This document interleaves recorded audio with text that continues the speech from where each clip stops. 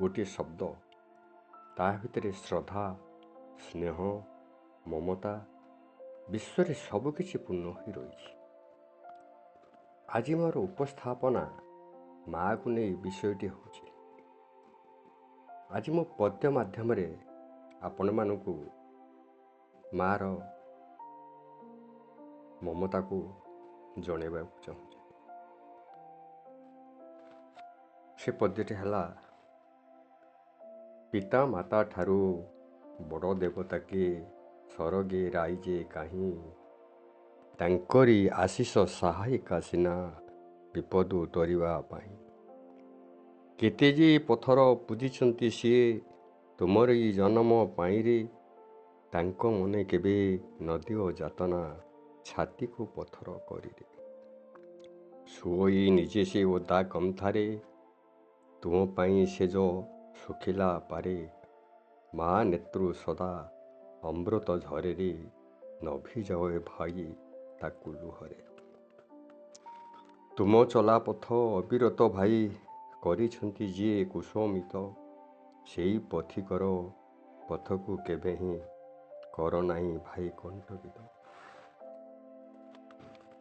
ଯେତେ ଧନ ଆମେ ଅର୍ଜିଲେ ବି, ତା ବାପା ମାଆଠୁ ନୁହଁ ହିଁ ବେଶୀ, ତାଙ୍କ ସେବା ବିନା ସବୁ ତ ବିଫଳ, ଅକାରଣେ କିଆଁ ଫୁଲାଉ ଛାତି। ଧନ ଦୌଲତ ମିଳିବରେ ଭାଇ, ବାପା ମା ପୁଣି ମିଳିବେ କାହିଁ, ତାଙ୍କର ପବିତ୍ର ଚରଣ ବନ୍ଦନା କରିବାକୁ କେବେ ଭୁଲିବ ନାହିଁ।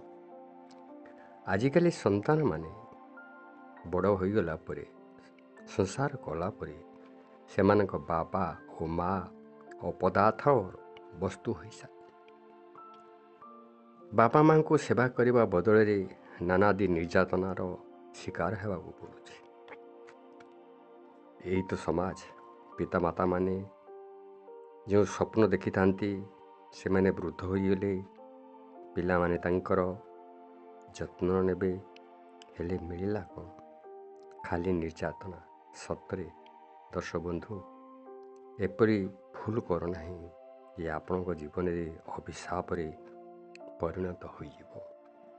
ଆପଣ ବି ଦିନେ ବାବା ଓ ମା ହେବେ। ସେତେବେଳେ ଯଦି ଆପଣଙ୍କୁ ଏଇଭଳି ନିର୍ଯାତନା ଦିଆଯାଏ, ତାହେଲେ ଆପଣଙ୍କୁ କିପରି ଲାଗିବ?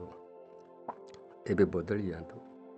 ପିତାମାତା ଠାରୁ ବଡ଼ ଜିନିଷ ଏ ଦୁନିଆରେ କିଛି ନାହିଁ। ଆଶୀର୍ବାଦ ଠାରୁ ଏ ଧନର ମହତ୍ଵ କିଛି ନାହିଁ। ଧନ ଆଜ୍ଞା କେତେ ଦିନ ଆପଣ ପାଖରେ ରହିବ, କିନ୍ତୁ ଆଶୀର୍ବାଦ ଆପଣ ସାଙ୍ଗରେ ଉଡ଼େଇ ଯିବ। ପ୍ରତ୍ୟେକ ବିପଦ ଆଉ ପ୍ରତ୍ୟେକ ଆପଦରୁ ସବୁବେଳେ ମା ବାପାଙ୍କର ଆଶୀର୍ବାଦ ସାଙ୍ଗରେ ହିଁ ଥିବ, ଆଉ ସବୁ ବିପଦରେ ମଧ୍ୟ ଆପଣଙ୍କୁ ରକ୍ଷା କରି ଚାଲିଥିବ। ଏହା ହେଉଛି ମୋ ଅଙ୍ଗେ ଲିଭେଇବା କଥା। ମୁଁ ଯାହା ମୋ ନିଜ ଜୀବନରେ ନେଇଛି, ତାକୁ ମୁଁ ଉପସ୍ଥାପନା କରୁଛି। ଏ କଥା କହିଲା ବେଳେ ଆଖିରୁ ଲୁହ ଝରି ଆସେ। ମା ଭଳି ଅମୂଲ୍ୟ ପଦାର୍ଥକୁ ଗୋଡ଼ରେ ଏଡ଼େଇ ଦେଇ ଚାଲି ଯାଉଛନ୍ତି। ସ୍ତ୍ରୀ, ସଂସାର, ଛୁଆ ପିଲା, ଇଏ କ'ଣ ମା ଠାରୁ ବଡ଼? ମା କହିଲେ କ'ଣ ବୁଝିଛନ୍ତି? ମା ମାନେ ଯିଏ ମୋତିକି ନିର୍ମାଣ କରେ, ଯିଏ ଜନ୍ମ କରେ, ସେ ହେଉଛି ଜନନୀ। ଯିଏ ଆମକୁ ଉଚିତ ସଂସ୍କାର ଦେଇକି ଗଢ଼େ, ସେ ହେଉଛି ମା।